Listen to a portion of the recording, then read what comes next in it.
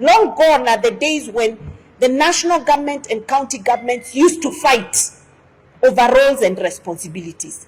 We are entering to an era of partnerships.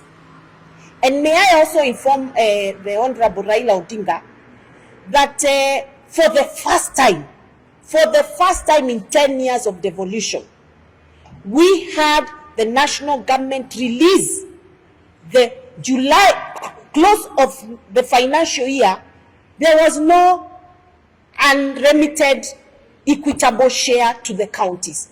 We closed the year with 100% remittance, and even closed the year with 1 month advance payment for the following financial year.